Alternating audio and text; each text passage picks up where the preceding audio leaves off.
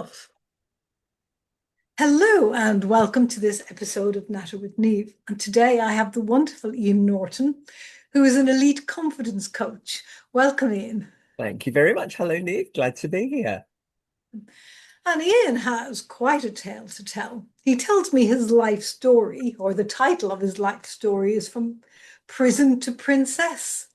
Tell us a little bit more about that, Ian. Well, well, it was it's actually a title that was gifted to me by a coach that I met about 2 years ago. We were just exchanging stories, and it was one of those situations where I was just talking a bit about what I was doing and why I did it. And she came up with this as a title. She said, that needs to be your book. It needs to be From Prison to Princess. Um, the reason being, basically, my life has been somewhat colourful, I guess is the polite way of putting it. I I grew up, I had like fairly standard childhood, with an older brother, but he was kind of the golden child. Um, and I was always seen as the one that was, oh, well, you're okay, you're confident, you're fine, you're all right, and you're self-reliant, Ian will be fine, and kind of left to my own devices. So very early on, I think if I'm honest, I became a bit of a people pleaser because I was trying to find where I fitted in or find my group of people. Um, for lots of reasons that became more apparent as I got older. Um, but amongst my people pleasing, I ended up people pleasing the wrong people who it was all very exciting because they were very rich, and we would, I was in my late teens, and we'd be, they'd book a whole floor of a hotel in London to stay in, and we'd go to all the amazing nightclubs and restaurants, and literally the crowds would part for these guys, and it was all very, very exciting. And when you kind of know something's not 100% legitimate, but you choose not to see it. Um, I used to just deliver parcels and stuff for them, and I'd kind of know it was a little bit dubious, but this was all very glamorous and fun, so it's fine. Um, transpired that they were actually doing a lot of money laundering and credit card fraud and all sorts of stuff. Short story, they did a runner. I was the only one left, so I was scapegoated. Um, for this and ended up in Wandsworth Prison for 4 months, because the case was tried in London. And with Wandsworth Prison, it's quite a heavy, high security prison. And the people that stay there are, there's mass murderers and really hardcore people. Um, I was just sent there because it was where the court sends you to then allocate you out to an open prison or whatever they Yeah. decide to do with you. Um, but my approach to it was actually all my friends and family are a couple of tube stops down the line.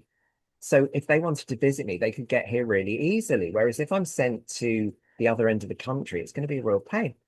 So I just asked the question if I could stay there. And it threw them into complete chaos because clearly nobody had ever asked to do that. And it turned out that there was this very dusty old form that I could sign to say I would stay, but then they didn't know what to do with me. And I ended up running or helping to run the library because that was something that I was able to do because I had no risk of causing any trauma within the prison.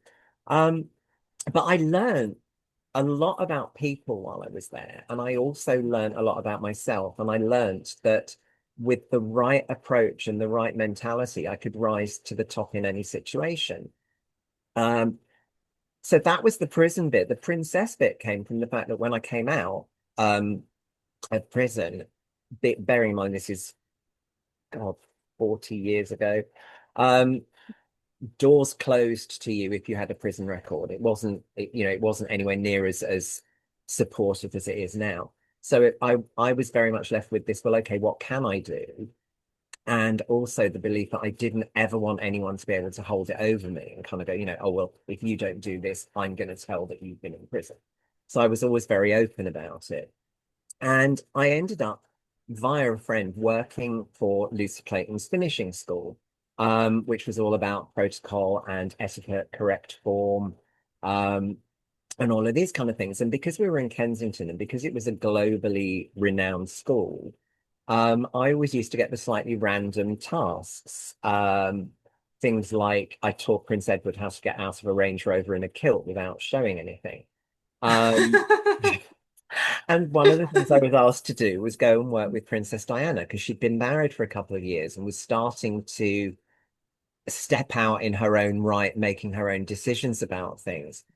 And the problem was that she was up against this attitude of, oh, but protocol is, and this is how the palace operates, and this is how things have to be done.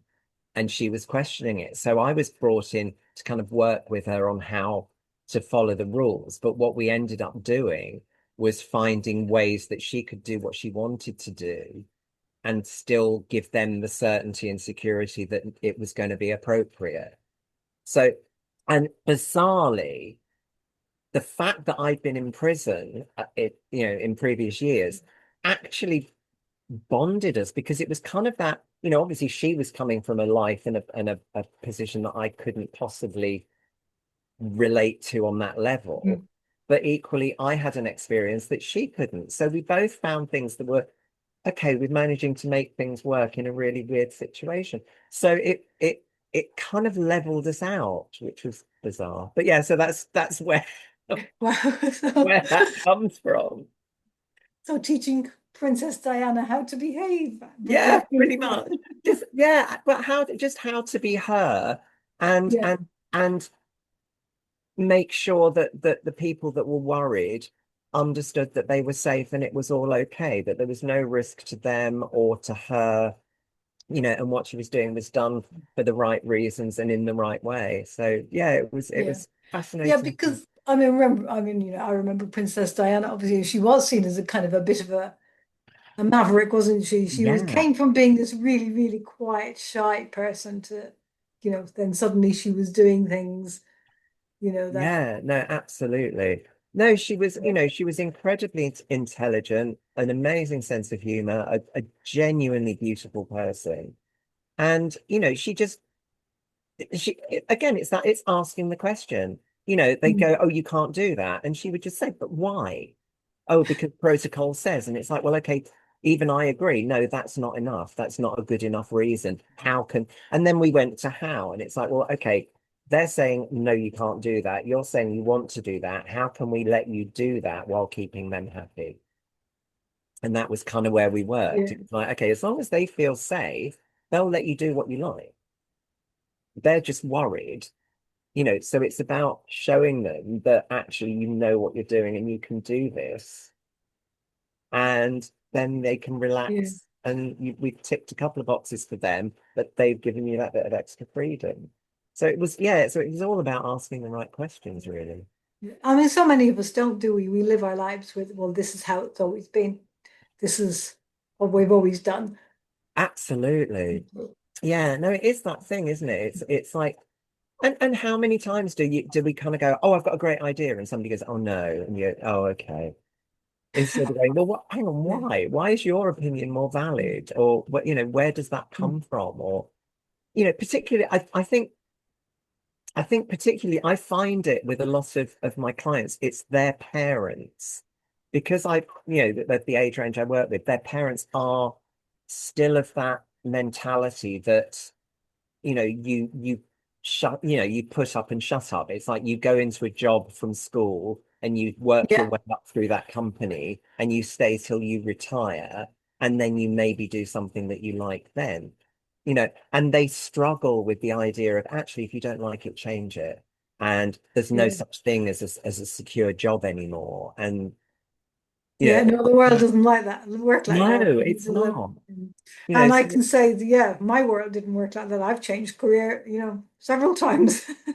but isn't that so much better? Isn't that why we don't all look 100 years old and worn out and sad because we haven't stuck with something that Yeah. we hate just because that's what you do?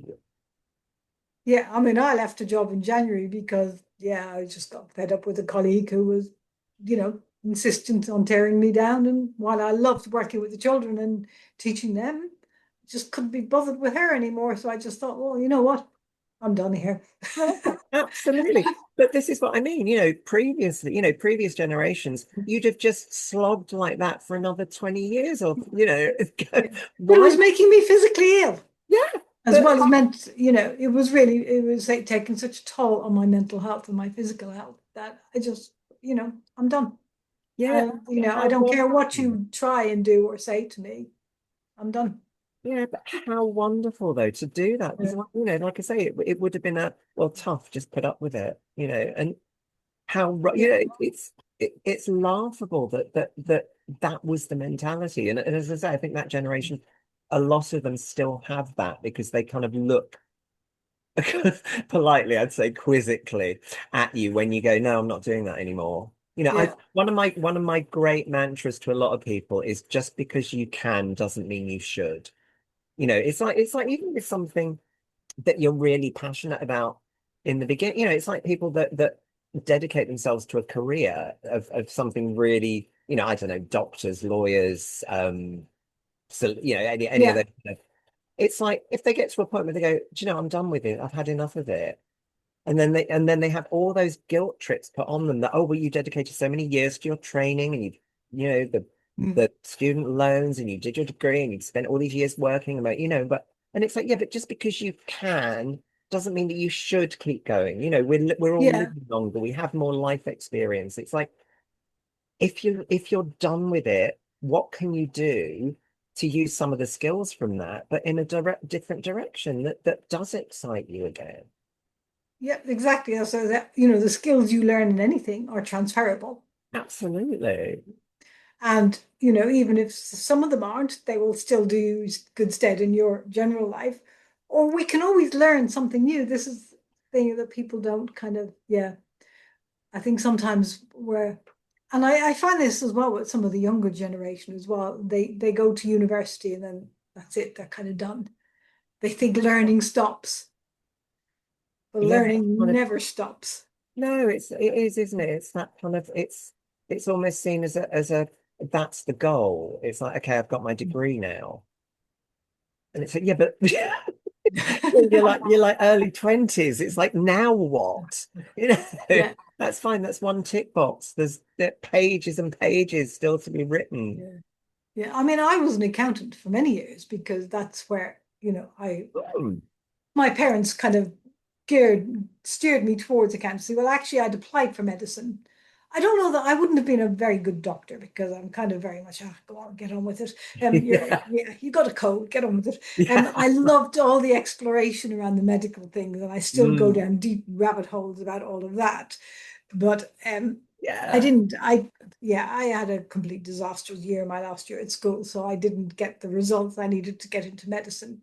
So the next best thing was accountancy, and everybody's still, oh yeah, that's like, and I'd got the results for that, and I was off the Mm. place, and oh yeah, you'll make loads of money, blah blah blah. It's a really good thing to get into. Bored me bloody stupid. Um, I hated it, but yet I spent 11 years in an accountancy role, Yeah. But hating every minute of it because the money was good. And then when my youngest was born, I thought, yeah, you know what? I'm not doing this anymore. yeah, but that's it, isn't it? That there Yeah. comes a point, even it is that money thing. It's like there is never enough money. It's like people go, oh, well, if I was paid enough, I'd do it. And it's like, no, you wouldn't. Even if Yeah. you paid £1 million a week, there would still come a point where you go, do you know what? I just can't. Yeah. It's because when people go, oh yeah, I'm motivated by money, it's like, no, you're not. I I I have yet to ever genuinely meet someone who is 100% actually motivated by money. It's like if there's nothing you enjoy about what you're doing, you will stop doing it, however great the money is. It's like Yeah. when people join a gym and they pay, they go, oh, well, it's £100 a week, or it's like £500 a month, or it's £1,000 a month or something. So I'm gonna go. And I just think, you won't. And sure enough, they either will because they're into it and they're Yeah. committed, or they won't, and they just find an excuse to justify that money. It's like, oh well, I had to work late, and if I wasn't working, I wouldn't have the money to pay for it. So I could, or oh well, I was really tired because I've been really busy, but if I wasn't really busy, I wouldn't be able to afford that. So we will always find a way to justify around the money because it at that point it doesn't matter. It's about what Yeah. pleases us or what excites us or what energizes us. Yeah. Oh yeah, I pay for yoga. I go three classes a week. Um, Brilliant. and yoga is what I love yoga. I mean, there are some times when I absolutely hate yoga. There's mornings when Yeah. I wake up and I think, really don't want to go today. Oh, I just want to stay in bed. And then I tell myself, well, you've paid, you're going. Yeah, but Because you that also, does motivate me. but it's Um, also you know that you're going to benefit from it, and you probably know yes, that when once you're there, you're going to be yeah, really pleased you did. And absolutely. Yes. that's the Yeah. difference. Whereas with the gym, God, no. Um, Yeah, I don't even bother. I mean, somebody told me recently I should be doing resistance, I should be doing weights for resistance mm. training and stuff. And I said, well, can you still do a handstand? Because I can, you know. Nah, I never could. And if holding your own body weight on your hands is not That's resistance training, pretty impressive. Wow, that's a no, that's very impressive. No, I think you're okay. But no, but this is it, and it's okay to kind of go, actually, again, comes back to just because you can doesn't mean you should. yeah, It's like Christian and I used to go to the gym when I was working in education, we were finished at kind of 3:15, 3:30. And so we could get to the gym before the crowds at 5 o'clock and whatever. And we were going initially 5 times a week and absolutely loved it. Did that for probably 3 or 4 years. But then we moved and then we got Bertie the poodle. And we were further away. We were instead of being 5 minutes down the road, it was suddenly a 25-minute drive. yeah, And we had the dog and we were working different hours. And it wasn't working anymore. And we became those people that were paying but not going. And we just yeah, went, let's just not do that because at the moment, it's not right for us now.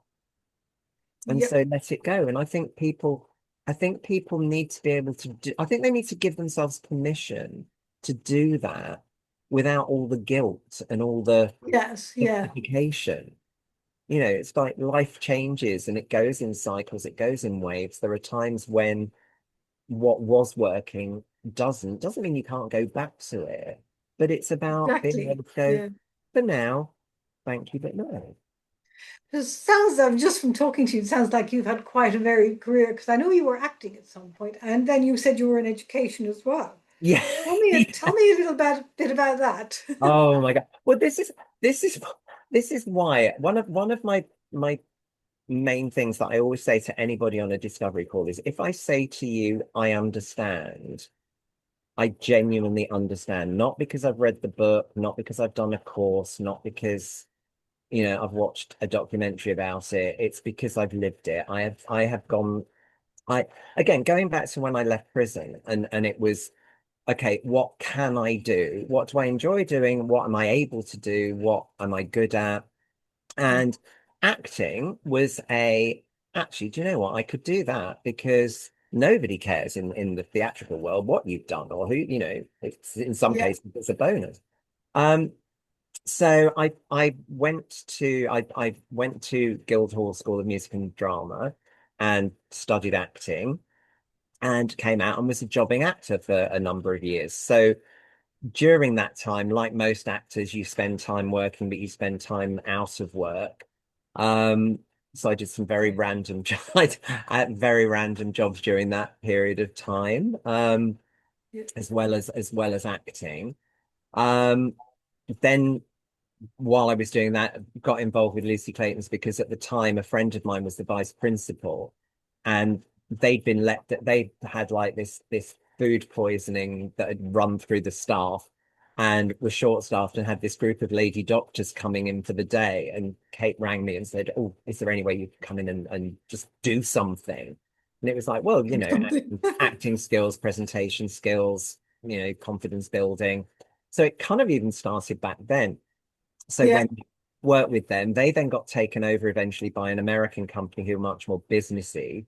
So I then had to get much more up to speed with business protocol. So I was working with Russians who wanted to do business with the Americans, the Japanese who wanted to do business with the Norwegians, and all of these kind of random things. This was all going on. Um, Meanwhile, the other side of the coin was that having come from a very male dominated family, being gay was never an option. So I'd ended up getting married to my best friend from school so that I could have a wife and just be, Yeah. but wasn't. Um, 1.7 kids and point 0.2 yeah, adults. Yeah. and it was just never going to happen. And kind of, went through the whole thing, attempted suicides a couple of times, just that was all going on as well. But then eventually couldn't go on anymore and came out, lost everything. My family were amazing. That was the joy of it. But I lost a lot of friends, lost every possession, house, car, the Yeah. dog, everything. Um, Met Christian, and it made sense at the time. He was an English teacher at a high school. So it made sense for me to move up to Lincolnshire from Surrey and be with him. And we've now been together, it's nearly 18, oh, it'll be 18 years in September. So recently, it's Yeah. lasting. Um, and the school that he was teaching at has had a really good drama department. So his boss said, would I be interested in doing some peripatetic drama teaching and some exam stuff? So I started doing that. And it also had a reputation for being really strong on supporting SEN children. Um, and this particular year, it was about 18 months after I started working there on a kind of freelance basis, they'd got this group coming in for year 7 that were incredibly challenging. It was a group of 17 children, and everyone had a diagnosis. So there was a boy who was severely autistic. There was a girl with a chromosome deficiency. There were twins who had been oxygen starved at birth.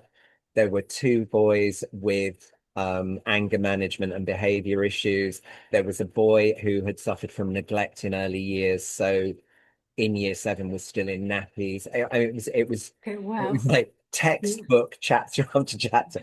Um, and so the head of SEN came to me and said, look, I have not got anybody that I think can handle this group. Would there be any way you'd be interested in doing this? And again, because I'd spent years with going, yeah, I'll do that and figure it out. Um, I said yes, I would. And it was fantastic. I took them from year 7 right through to their GCSEs in year 11. I I did counseling courses, and I did autism and ADHD courses, behavior challenges courses, all of it to support them. Mhm. But I also then ended up counseling with other pupils in the school. And I like with the autistic boy, I basically taught him how to handle his triggers, how to compromise, where he needed to speak up because it was bothering him. And he came out with really good exam results because we'd looked at everything in the exams on, okay, what can you do, what do you struggle with. Yeah. So I loved it because I genuinely made a difference to all their lives. Even like the boys with anger management issues, we dug a little bit and found where it was and what was going on and why, so that they could just take that breath before they kicked off and go, actually, that's okay.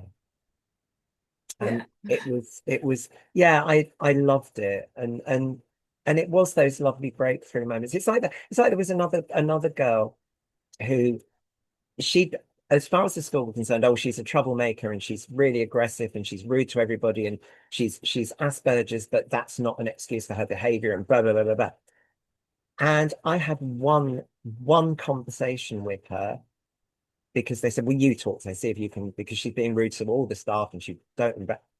I had one conversation with her to discover that actually, no, all of that was bullshit. She was trans and nobody was listening to her. She didn't want to be called Mm. by her name. You know, he, as he is now, wanted to be called by a different name. The weighted collar was nothing to do with Asperger's. It was because it flattened his breasts. And it was like, it took one conversation with her. And this, she was in year 11 then. So from year 7 all the way through, no one had listened to her. And is it Well, any I mean, wonder she was I'm saying, assuming this is going back a few years when people yeah, were yeah, no, quite this as is, open to that. I mean, I know now, I hope now we're a little bit more supportive. yeah, but this is actually, it's not that. I mean, it's only maybe 5 or 6 years ago. Yeah. Relatively, it's not, but it's like just one chance to just sit down and listen instead of making assumptions and judging and just going, oh, that's what it is. Yeah, and that, as I say, that was all it took. And with a lot of them, like with the guy, with the boy with autism, it was listening to him and seeing what he wasn't saying, but what he was doing. You know, he had an issue with clothing. He had an issue with space and noise. So it Mm. was a simple fix. It was like, I know you have an alphabetized seating plan, but if you put him in the corner, he will feel safe and secure because there's nobody behind him or around him, and he will work much better. So we agreed that that's what would happen. Clothing was an issue for him. So I got the staff in the school to agree that the compromise was between classrooms and at lunchtime, he had his blazer on, his tie on, his shirt tucked in, as is expected. Mm. Once he was in the classroom and sat down, he could take his tie off, his blazer off, he could pull his shirt out and undo his top button and relax. And again, it Yeah. made such a huge difference. Something just relatively simple. And again, he learned about compromise from that. That okay, the world isn't going to be perfect for you, but what can we do to make it work? Yeah. And the other thing is, I think, and we forget, and that's in life in general, not just at school, just the Mm. behavior is actually an indication of something deeper going on. That no one is behaving in a certain way because they're just horrible, or very few people are Yeah, behaving in a certain just because yeah. they're absolutely horrible people. It's usually a sign of something else going on. And you talk about, I mean, it reminds me of some of the kids I worked with. I mean, there was one little boy, he said to me that I was his favorite teacher because I was the only one who ever let him cry. I never said to him, stop crying. Perfect. I would just say, you cry, get it out because while you're feeling upset, we can't do anything. I mean, I worked one to one with these kids. So if he was sat there Mm. crying, we couldn't do anything. So I said, just get it out of your system, let it out, cry, if that's what you Yeah. need to do. Also, it was a little bit of laziness on my behalf as well. If he was Oh. crying, I didn't have to do any work, did I? Oh, but you're no, you're absolutely right though. And it is, it's that just being aware of other people. I think again, I don't know about you, but I know quite often if I'm working with somebody and they're talking about their relationship, a lot of the times the issues just come from, well, what if you flip that around the other way? What if that was you? You know, how or what if that's coming from a place of this? You know, it's Yeah, it's it's like I mean, it's like I had a client a while ago who she was having major issues with her father because it was like, oh, he thinks my sister's amazing, but he's always going on at me, and it's my I'm blah, blah, blah.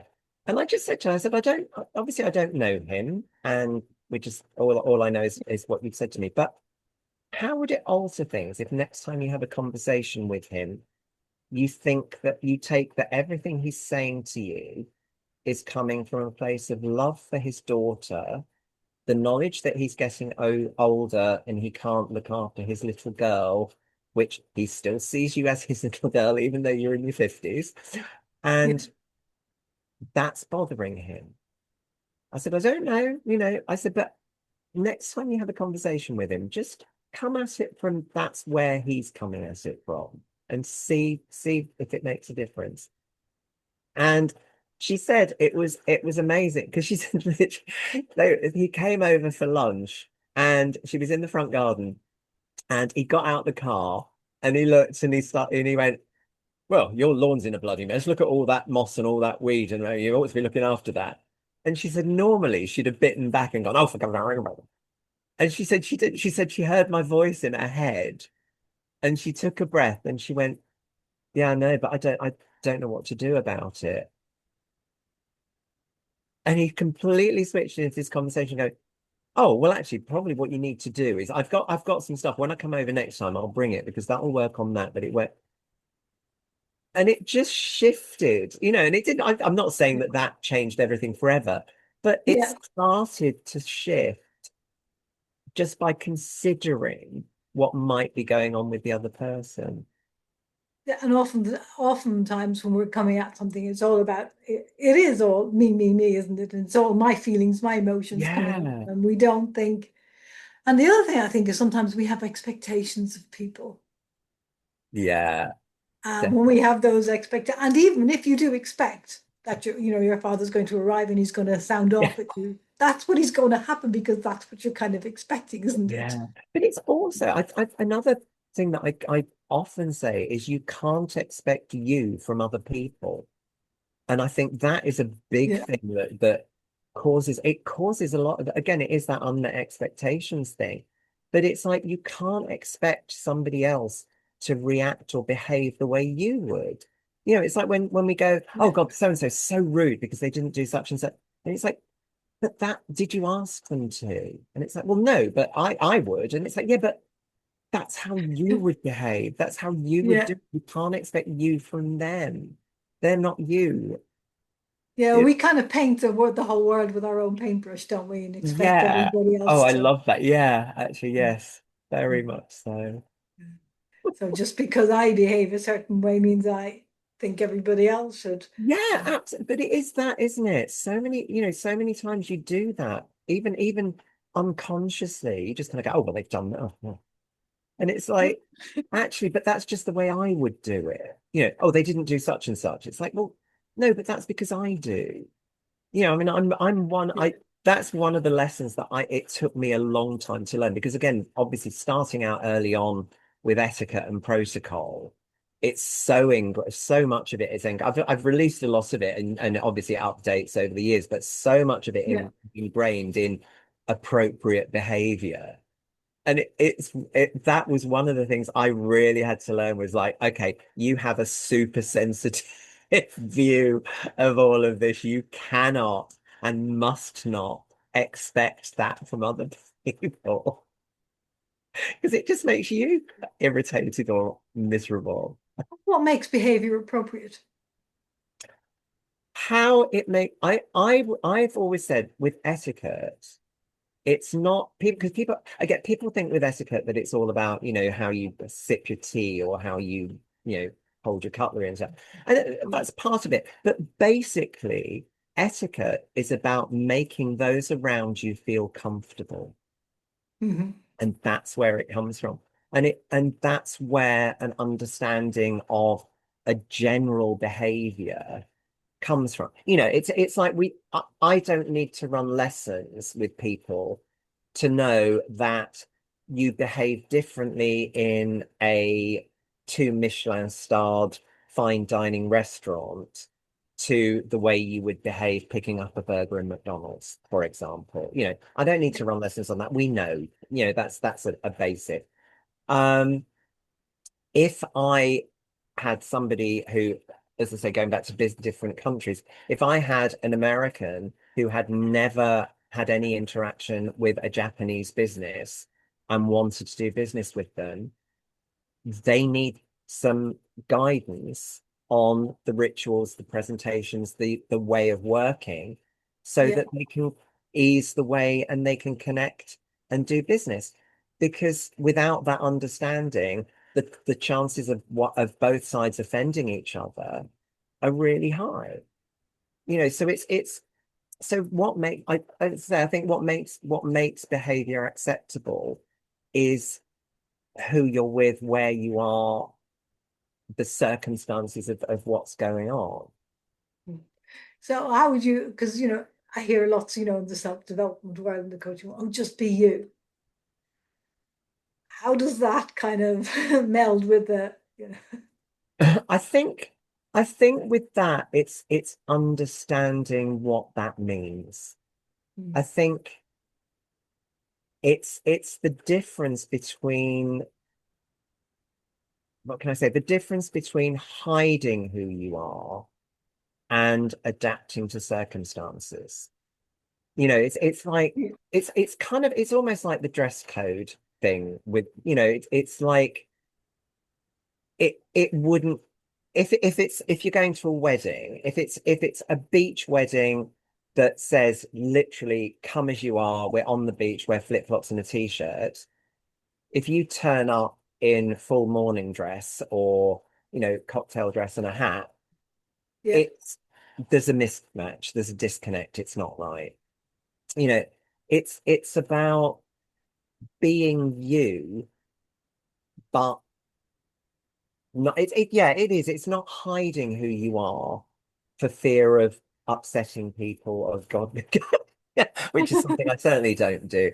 But no, I think it's that be you, I think is showing who you are, mm, but allowing for the fact that in certain situations, certain expectations of how you're going to behave are carried through. It's like with yeah, swearing. There are some people, I do swear and and it's part of who I am, but there are certain people that I know find it uncomfortable.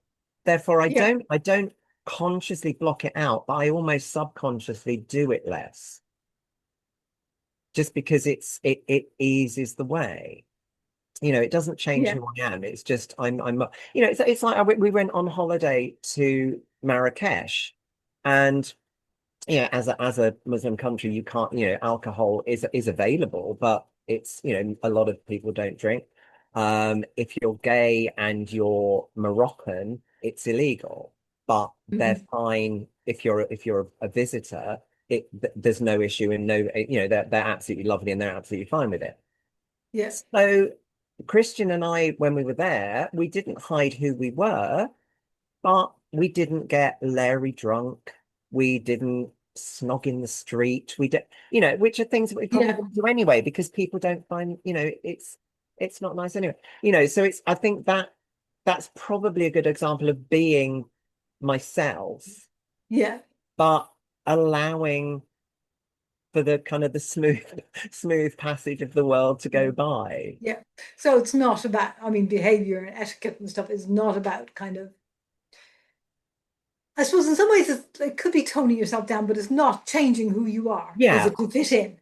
Yes. It's Yeah. being That's you, but yeah. It's making yeah. everybody else feel It's being comfortable as true to well. yourself. It's like I think if you Right. if you feel like you are hiding if you feel like you're hiding parts of yourself or you're deliberately changing to fit in, I think is where the problem lies. I think the being yourself. It's like I often say about when people show up online to do promotional videos or they'll do a masterclass or something. And I bang on at them all the time about being themselves because there's a lot of people have this thing of, oh, I'm doing a professional thing, so I have to be this person, or people will Yeah, expect this or what, and then they hide who they really are. And that's where it's like, no, be you, because I want to connect with you. I want to see the person I've been chatting to. yeah, And so yeah, I think it's that. I think there's levels of toning what you're doing or adapting, but it's when you're deliberately changing or hiding parts of yourself yeah. that it Yeah. I mean, yeah, for years I felt like I wasn't being who I was, and I had to be somebody else to kind of fit in, or you had to tone down. And that's soul destroying. I mean, it yeah. led to, yeah, all sorts, which we won't go into. But yeah, I think, yeah, the message is kind of be you, be comfortable with being you. And yeah, Yeah, and but it's obviously we have to observe the society we're in as well, don't we? yeah. And No, this is exactly it. It's we all have to on this planet, we all have to live together and we all have to survive and navigate it day to day. And I think that's where some of the levels of etiquette come in because it gives everybody a baseline of what's acceptable. Yeah, And when you examine a lot of it, it makes sense because it's common sense. It's like if you're on a train or a plane or a bus, you don't want somebody blaring out their music. You don't want yeah, somebody yelling and swearing in your ear. You don't want somebody eating smelly food and chewing openly in your face. That's not yeah, that's not posh etiquette. That's just consideration because it's not very nice. yeah, exactly. All those kind of things. It's just a general kind of baseline of okay, if we all try and aim around here, it's Mm, okay if it goes up and down a bit, that's fine. And be mm. you, do you. But if we can all kind of hover around about here, that'd be great. Right? And that applies everywhere. Yeah, Um, from absolutely. prison, from prison to royal palaces. Yeah, absolutely. It genuinely does. Yeah, And I think we've circled right back to the yeah. beginning. Beautifully done, So Niamh. I think we will say goodbye on that point. Thank you very much for joining me, Ian. If anybody wants to catch up with Ian, all his details will be below in the description. And I will see you all again soon on the next episode. Thank you once again, Ian. You're welcome. Bye.